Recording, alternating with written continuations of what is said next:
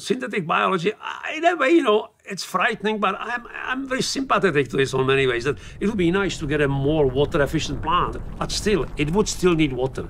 Craig Venter cannot create a plant which needs no water and no nitrogen, or which totally fixes all its nitrogen by sucking it from the air. You know, it cannot go that far. This doesn't fundamentally change the game. What fundamentally changes the game, and what people don't want to hear, and I'm coming to this all the time, and people say, you know, don't talk to us like that because this is a no starter. But for me, this is the only starter.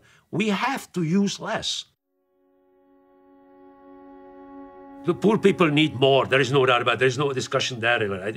If you are average villager somewhere in Rajasthan or Punjab or Nigeria, you need more, period. There's a basic human decency compels you to say these people need more clean water, more basic food, more education for their children. The discussion closed, right, before it begins, right? But as far as us is concerned, we certainly could and should do with much, much, much less. People have been conditioned that things have to always go better. And immediately as you say, limit something, people think this is not getting better. But it would be. It's even a non-starter saying people, you should eat less. You should eat less meat, right? That's a non-starter, right? You should use less electricity, right? You should build smaller cars. The other day I saw the vice president of GM talking about the new GM, right?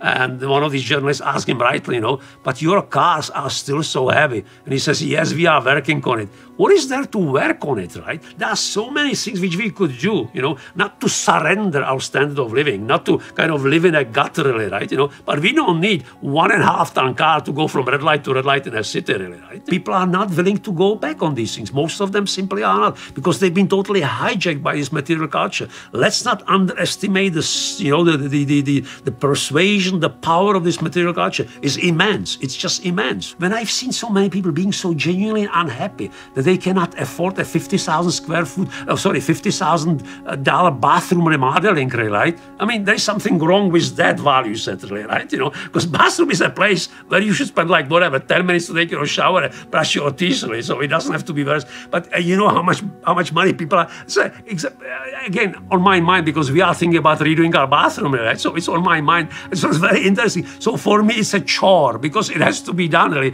But for many people, it's kind of a life-affirming thing, you know. People are renting storage spaces, right, which they will never access in the next 20 years to store the junk which they cannot store in their 5,000 square foot homes, really, right? So do we need that, really? So it's just amazing, really. So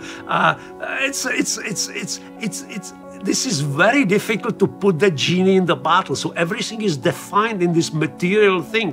I could make it a lot more coherent, but you see, this is difficult because when you make it a lot more coherent, you make it prescriptive. And prescriptions never work, really, because I don't have the solution. I can't sit here and say, you know, we should follow this and by 2030 everything click and we all live happily ever after, right? You know, so I'm making it deliberately incoherent. I could be, you know, I could be very doctrinaire.